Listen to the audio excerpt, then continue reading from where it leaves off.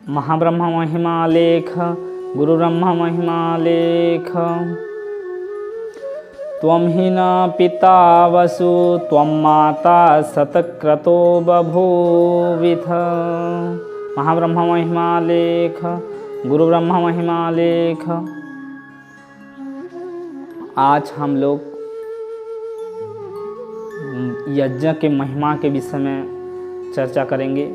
हम पहले भी विचार कर चुके हैं कि 5 महायज्ञ होता है, उसके अंतर्गत उसके अंदर ही दूसरा नंबर यज्ञ है देव यज्ञ। तो देव यज्ञ किसको कहा गया है, उसमें कुछ इस विषय में कुछ चर्चा हुई थी। लेकिन हम लोग विषय लेंगे, उसमें हम बताए थे कि 2 प्रकार के देव यज्ञ होता है, एक जड़ देव और एक चेतन देव। तो हम लोग जड़ देव जो अयम यज्ञ से नाभि, यज्ञ कुंड क्या बोल रहे हैं कि मैं खुद ही सारे संसार के नाभि हूँ। जैसे अपने शरीर में एक नाभि रहता है, नाभि क्या होता है, मातृगर्भ में, माँ के गर्भ में हम जब रहते हैं वहाँ पे क्या होता है, नाभि के माध्यम से भोजन होता है। इसी प्रकार पूरा पृथ्वी का नाभि है यज्ञकुंड। यज्ञकुंड में कैसे नाभि है, अग्निदेव एक ऐसा देव है कि जो भी पदार्थ अग्नि में डालें वो कुछ अस्वीकार नहीं करते हैं, वो सबको ग्रहण कर लेते हैं, चाहे अच्छा डालो या चाहे बुरा, जितने भी उसमें अर्पण करो वो सब ग्रहण करते हैं। तो हम यज्ञ के महिमा के विषय में जान के हम लोग को क्या होगा कि उसी माध्यम में हम जड़ देवताओं का पूजा करेंगे। यज्ञ मतलब पूजा, उसका आराधना। जड़ देवता भी हमको बहुत उपकार पहुंचाते हैं। हम लोग अभी वायु से क्या लेंगे, सोच लीजिए, वायु हमको क्या देता है, बिना वायु में हम जीवित रह नहीं सकते, इसीलिए उनका भी पूजा करना चाहिए। बिना पानी का हम जीवित रह नहीं सकते, वो भी एक देव हैं। ऐसे ऐसे 5 महाभूत हमारा देव हैं। तो अग्निदेव के माध्यम से यज्ञ संपन्न किया जाता है, उनके माध्यम से ही यज्ञ किया जाता है। तो कृष्ण महाराज उनके गीता में लिखे हैं एक श्लोक, हमको क्या संदेश दे रहा है, यज्ञाद् भवति भूतानि पर्जन्यात् अन्न संभवः यज्ञाद् भवति पर्जन्यो यज्ञ कर्म समुद्भव।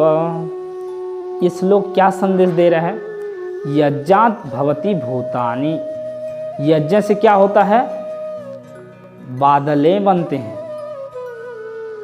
तो बादल बनने से क्या फायदा होगा, यज्ञ से बादल बनता है। बादल से क्या बनता है, बादल से बारिश होता है, पानी बनता है, पानी के माध्यम से वो धरती पृष्ठ में आता है। एक इसके विषय में कहानी आता है, यजमान जब यज्ञ कुंड के सामने बैठे रहते हैं तो अग्नि में आहुति देते हैं कि ये मेरा नहीं है, इदं न मम। जो आप लोग सुने होंगे ना, स्वाहा स्वाहा बोल के आहुति देते रहते हैं, तो उसमें क्या बोलते हैं, स्वाहा के बाद में इदं मम, मतलब ये वस्तु मैं जो दे रहा हूँ ये वस्तु मेरा नहीं है, ये किसका है, मैं जिसको दे रहा हूँ उसका है। तो आप सुने होंगे, जो दान देते हैं, देने वाला व्यक्ति ऊपर रहता है, उनका हाथ ऊपर किए रहते हैं, और लेने वाला नीचे रहता है। कि ऊपर रहता है लेने वाला कभी भी ऊपर नहीं रहता, नीचे रहता है। तो इसीलिए इदं नमो, मैं जो वस्तु दे रहा हूँ वो आपका है। अग्निदेव बोल रहे हैं, यजमान देवता हो गए, देवो दाना द्वा। हम देवता का मतलब पहले समझ लेना चाहिए कि जो देता है वो देवता है, चाहे मनुष्य हो, चाहे पशु पक्षी हो, चाहे जड़ पदार्थ हैं हो, तो वो सब देवता हैं। तो यजमान तो देवता हो गए, मैं क्यों लेता रहूं, नेवता हूं, मैं भी देवता बनूंगा। अग्निदेव यजमान से लिए और किसको दिए, वायु देवता को दे दिए। वायु देवता बोले अग्निदेव यजमान देवता हो गए, अग्निदेव भी देवता हो गए, मैं वायु क्यों इनको लेता रहूं, मैं भी देवता बनूंगा बोले। और वो बादलों को दे दिए। बादल बोले ये सब तीनों के तीनों देवता हो गए, फिर मैं क्यों लेता रहूंगा। वो पानी के माध्यम से फिर धरती माता को दे दिए। तो धरती माता सोचे यजमान देवता हुए, अग्निदेव देवता हुए, वायु भी देवता हुए, बादल भी देवता हुए, मैं क्यों लेता रहूं। पृथ्वी माता क्या बोले, मैं क्यों लेता रहूं। वो सस्य श्यामल जितने भी हरे भरे घास फूस, अपने धान बाजरा गेहूं जितना भी है वो उगा दी, और फिर गाय माता उसको खाई, और फिर दूध दी, दूध से फिर घी बना, घी बन के फिर यज्ञ आरंभ हुआ। तो ऐसे कर्म चला रहता है। तो हम लोग यज्ञ को छोटा ना माने। बोला गया है कि ऋषि महर्षि लोग बोलते हैं, अपने महानुभाव लोग, यज्ञ वही श्रेष्ठतमम कर्म।